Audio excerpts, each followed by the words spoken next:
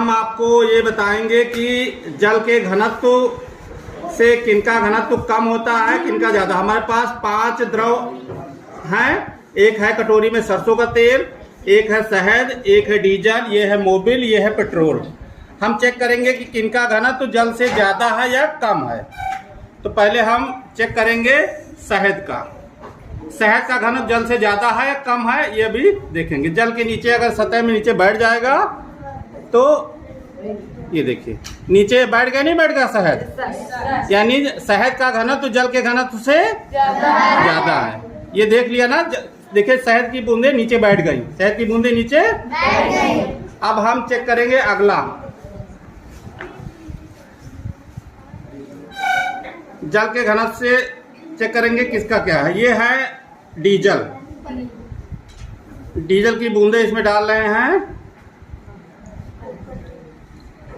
देख लिए जल की सतह के ऊपर तैर रहा, नहीं तैर रहा डीजल? yes, तो यानी जल के घनत्व से कम है ना डीजल का घनत्व? yes, देखा नहीं देखा? yes, जल के घनत्व से डीजल का घनत्व कम है। अब हम चेक करेंगे मोबिल का घनत्व, जो गाड़ियों में पड़ता है लुब्रिकेंट्स, उसका घनत्व चेक करते हैं कि जल के घनत्व से ज्यादा है या कम। जल के घनत्व से इसका भी घनत्व कम, जबकि ये गाढ़ा ज्यादा होता है। देखिए जल के घनत्व से कम है कि नहीं कम है? ऊपर तैर रहा सतह। ये मोबिल का घनत्व भी जल से कम है। अब हम चेक करेंगे पेट्रोल का घनत्व। ये हमारी हाथ में शीशी में पेट्रोल है। देखिए जल के घनत्व से कम है कि नहीं कम है?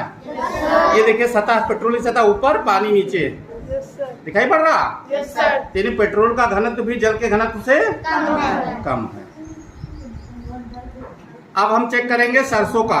सरसों के तेल का घनत्व जल से कम है या ज्यादा,